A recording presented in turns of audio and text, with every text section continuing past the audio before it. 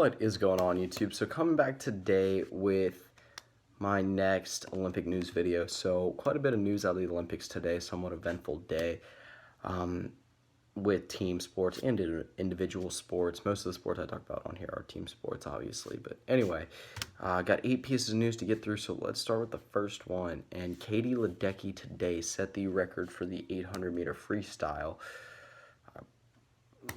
by a few seconds. I'm pretty sure she owned the event. There was no way, it seemed like there was no way she was going to lose. But again, great Olympics so far for Ledecky. Seems like the next star for U.S. swimming. So Maya Dirado wins the 200-meter backstroke in a very much a surprise. She just tanked down the lane to finish on the last 50 meters. I mean, she looked like she was behind. She was in second place for a little bit and then just finished strong. Next one, Team USA barely escaped Serbia, 94-91. I mean, Nikola Jokic had a fantastic game for the Serbs, and the U.S. just couldn't find one player that could score that much. Barely anybody in double figures, and Kyrie Irving had a team high 15. So hopefully USA picks it up a little bit after barely escaping Serbia and Australia.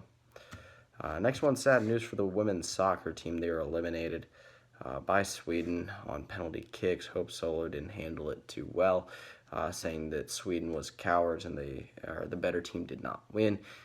Not a great way to handle that, but again, Hope Solo, probably not a girl you want to mess with, and it seems like she has a short temper, so I'm not too surprised. Anyway, good news for Anthony Ervin, the oldest swimmer on the U.S. men's Olympic team this year, wins 50-meter freestyle. Nathan Adrian came in third, so very good swim for him. Granted, one of the shortest events at the Olympics. Next one, Michelle Carter wins shot put gold on the opening day of track and field events. Next one, Michael Phelps actually got silver in what is most likely his best event. Joseph Schooling won gold in that and just absolutely dominated the competition. Michael Phelps was part of a 3-way tie for silver, so obviously not what Phelps wanted, but probably his last 100-meter butterfly that he's ever going to do. Granted, I still think he owns the world record, and Schooling now owns the Olympic record. I believe that's how that went down. Michael Phelps has his last event tomorrow in the pool ever, so I will be paying attention to that. I'm assuming all of you watching here will as well. So I believe the last bit of news, and that is Team USA fencing wins bronze. I believe they medaled for like the first time since like 1938 or something like that. So fencing has done very well. They've won individual medals in men's and women's, and now won Team USA men's gold. So yeah, a few events to watch over the weekend.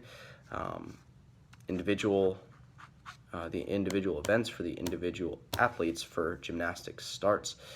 And then track and field really looks like it's starting to kick it into gear. Individual diving's another thing to watch out for. Basketball looks like it's really cranking it up. Women's soccer is coming near the final, even though if you're a USA fan, they're eliminated. If you're still a soccer fan, that's probably still something to watch. And then even men's soccer to some degree is kicking it up as well.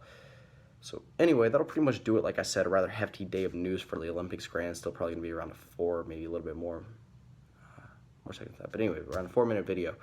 I'll put all the, I need to put all the news that I'm putting in the description below. I did that for the first 2 and then have not since. But anyway, that pretty much will do it. See ya.